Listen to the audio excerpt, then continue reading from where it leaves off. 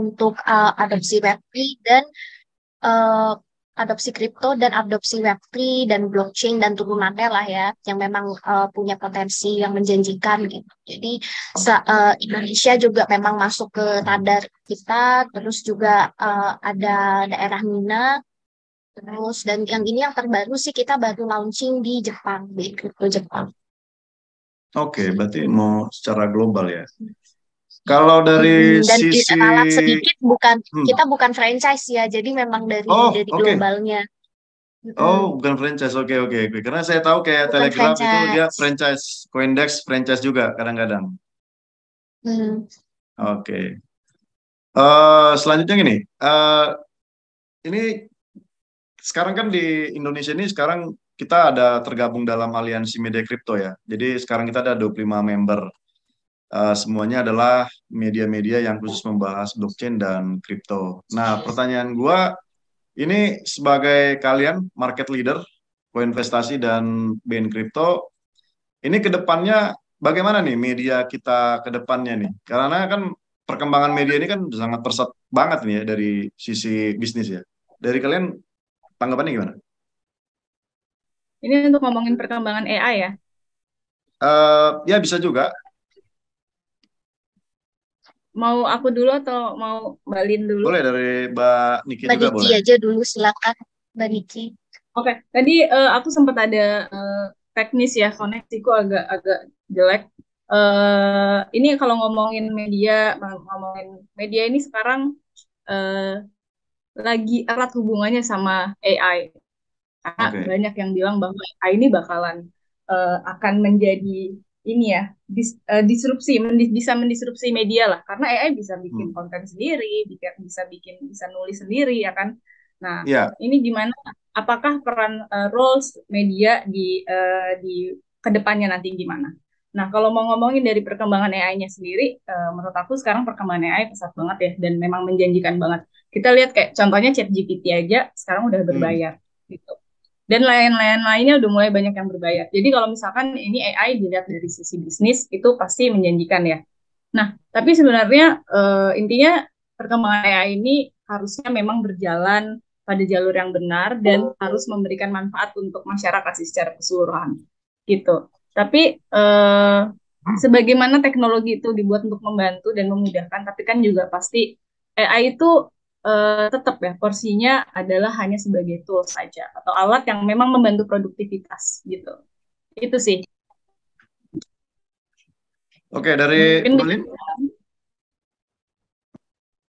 Kalau dari aku sih kurang lebih senada sama Mbak Niki. Jadi memang kalau misalnya kehadiran AI sendiri itu kalau misalnya dibilang menggeser sampai menggeser media itu sepertinya sih enggak. Karena kan kalau misalnya media itu bagaimanapun kan kita ini kan yang menulis itu bukan cuma sekadar kita bisa menulis, tapi kita kan harus ada kode etik jurnalismenya juga. Gitu kan kita harus paham prinsip-prinsip dasar jurnalisme gitu. Nah, misalnya kita kayak wawancara eksklusif, terus misalnya kita bikin konten-konten yang eksklusif dan lain sebagainya, itu kan sejauh yang saya tahu saat ini mungkin ChatGPT dan AI yang bisa jadi text generator yang lainnya itu mungkin belum sampai ke sana teknologinya, dan terlebih lagi juga kan kalau untuk jurnalisme sendiri itu sesuatu yang it's very human sih kalau menurut saya Ya, gitu kan. teman, ya. Jadi kalau misalnya AI secerdas apapun, untuk saat ini, di stage saat ini itu masih belum menggantikan. Dan saya juga setuju sama yang disampaikan Mbak Niki bahwa kedepannya AI itu bukan untuk replacing, tapi untuk mempermudah kita. Itu sih. Jadi mungkin kayak nulis yang tadinya butuh waktu sampai 1 jam, 2 jam, mungkin dengan AI kita bisa jadi lebih cepat gitu kan, mungkin bisa jadi terpangkas waktunya jadi 30 menit kah, atau cuma 45 menit itu sih, jadi lebih membantu efisiensi. Oke, oke. Tapi artinya gini ya, artinya walaupun perkembangan AI itu bisa dikatakan nanti ke depan akan sangat pesat, tapi itu tidak akan menutup kemungkinan bahwa ini akan mengganti mungkin beberapa divisi dari eh, media itu sendiri. Termasuk misalkan dari konten dari writernya sendiri. Tapi balik lagi ke Mbak Lin, aku sih sepakat dengan Mbak Lin karena pemberitaan itu kan dari sisi media ya, dari sisi apa dari ada humanismenya. Harus melihat bagaimana sih perasaan dari orang itu sendiri terhadap pemberitaan yang dilakukan gitu ya.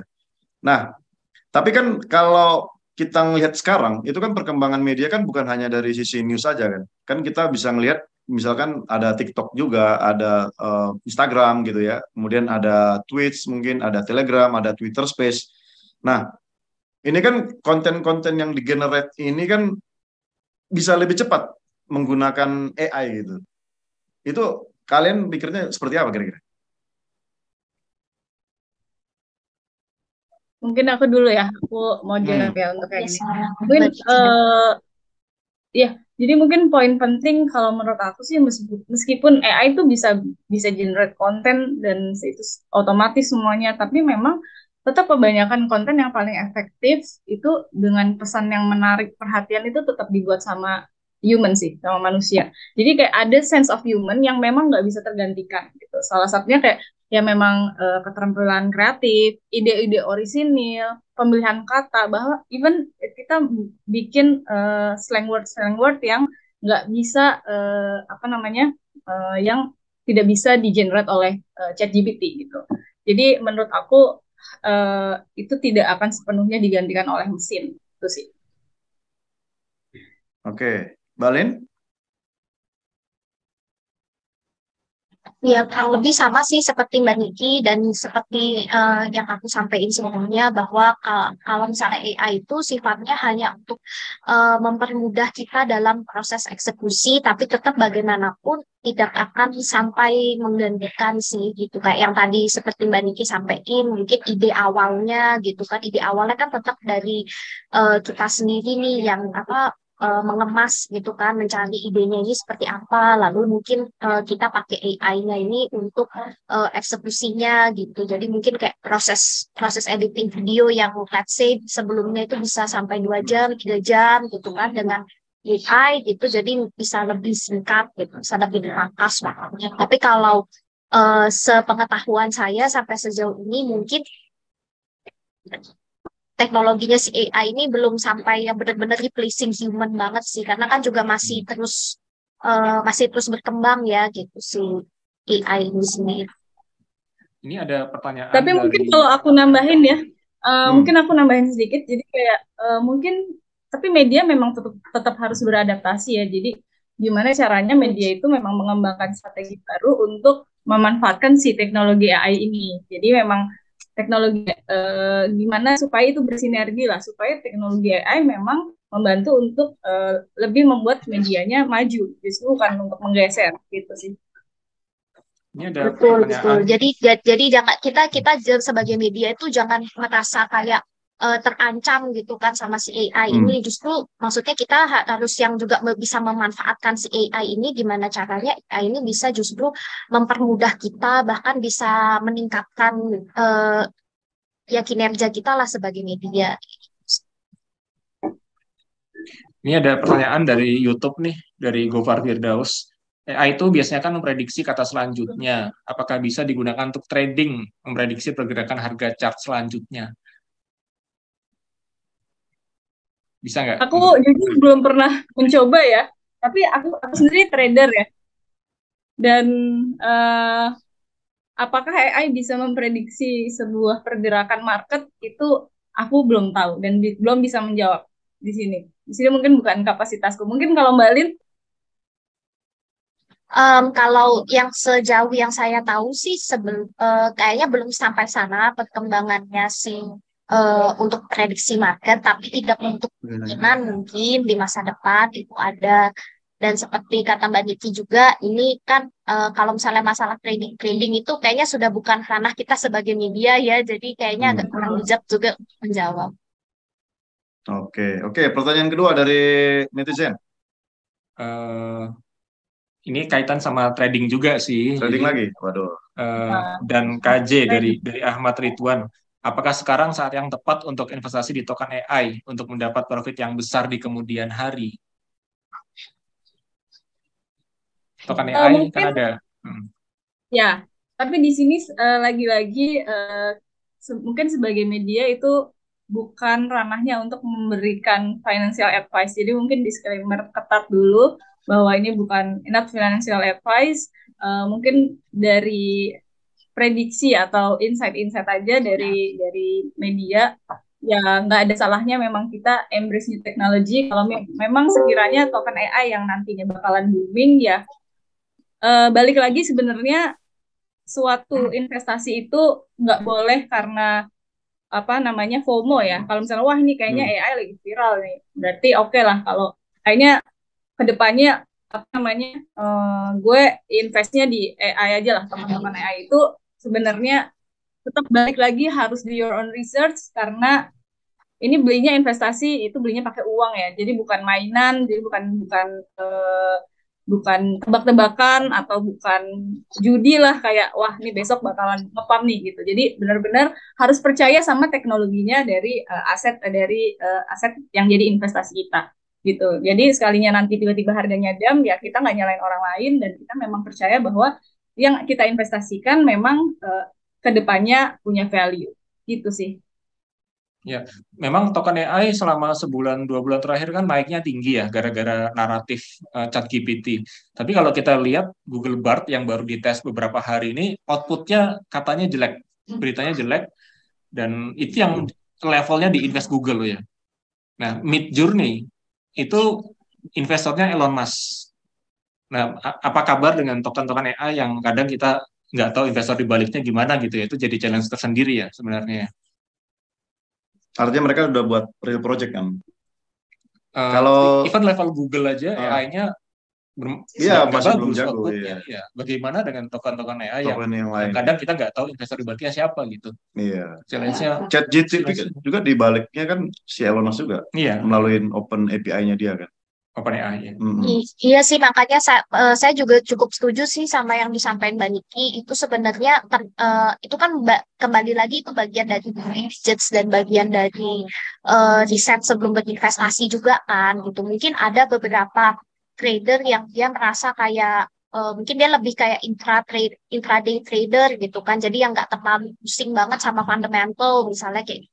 Yes. Nah, itu ya menurut dia sih don't mind aja gitu kan, mau yang si investornya siapa kayak terserah gitu kan. Tapi mungkin untuk yang fundamentalist, buat yang long term investor itu justru memang jadi sangat-sangat big deal juga buat mereka gitu. Makanya itu juga kembali lagi ke investment plan-nya seperti apa gitu kan. Karena setiap orang kan juga punya risk profile-nya mereka masing-masing kan, punya risk tolerance-nya mereka masing-masing. Jadi untuk berinvestasi dalam token AI itu bijak atau enggak itu kembali lagi ke setiap orangnya juga sih. Oke, ini ada pertanyaan ketiga. Menurut kalian dari koinvestasi dan band kripto, apakah berita yang kalian naikkan itu akan mempengaruhi sebuah harga project itu akan naik atau tidak? Mungkin dari Mbak Lin dulu. Kalau berita itu mana ya, bisa iya bisa tidak gitu kan, dan juga dari komunitasnya itu sendiri gitu kan, tergantung juga dari banyak faktor sih sebenarnya gitu kan. Kalau untuk kayak absolut bakalan iya atau enggak itu sulit juga untuk menjawab gitu, karena kalau misalnya sebagaimana kita tahu market kripto sendiri kan sangat volatile dan banyak faktor lah gitu yang bisa mempengaruhi gitu kan.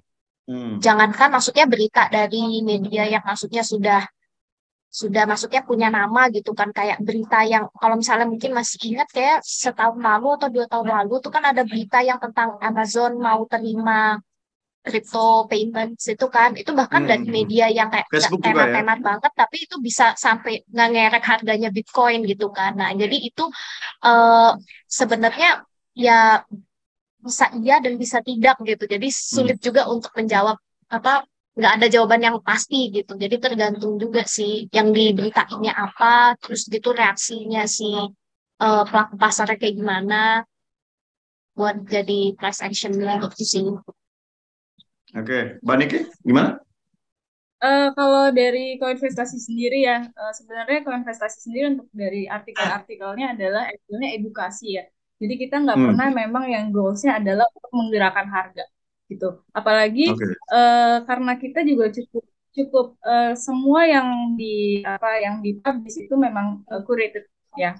Jadi mungkin mungkin kita ngomongin bahas koin-koin tertentu yang kalau memang contoh market cap-nya kecil, terus kita memang nulis beritanya itu paham atau enggaknya atau bisa menggerakkan harga itu ya itu mungkin ya kalau market cap-nya kecil. Nah, tapi kalau misalkan kita memang artikel-artikel yang kita publish adalah kita membahas harga Bitcoin atau harga dan lain-lain itu eh, aku rasa enggak ya karena kita memang angle-nya juga edukasi, angle-nya nggak pernah untuk memang untuk menggerakkan suatu market kayak gitu sih. Ya, oke. Eh, karena kita keterbatasan waktu nih, jadi mungkin lain kali kita bisa banyak lebih ngobrol lagi tentang the future of media dari perspektif ya para owners, para founders, para editor in chief atau para head of community gitu ya. Em, aku melihat sih ini akan menjadi perbincangan yang sangat menarik di kemudian harinya. Jadi ya mungkin next time kita bisa ngobrol lebih banyak lagi lah ya. Oke, dari Bang Red ada ini? Oke, ya, itu aja sih kita berterima kasih juga atas kehadiran di Crypto di Indonesia dan juga effort dari Koinvestasi yang udah sekian tahun dan Iya, bisa mempertemukan banyak orang ya iya. lewat event-eventnya. Tanpa investasi kayaknya kripto Indonesia sama blockchain mati cepat. Jadi Umurnya pendek. sebenarnya itu Umurnya juga pendek. salah satu peran media ya. Itu semua salah satu peran media juga kan. Bisa memajukan adopsi lebih banyak gitu. Adopsinya lebih lebih luas lagi gitu kan untuk memajukan ekosistem cryptocurrency ini dan blockchain di Indonesia. Iya sih. Oke deh. Dari dia ada penutup? Balin, ada penutup terakhir? Hmm, kalau menurut saya udah sih cukup sih Pak ya harapannya bisa kayak yang tadi Mbak Niki sampaikan bisa sama-sama membangun industri blockchain dalam Oke, dan ya luar udah. negeri. Ya udah, nanti kalau ke Jakarta kabarin ya, ngopi-ngopi bareng lagi kita ketemu sama para aliansi media kripto. Oke?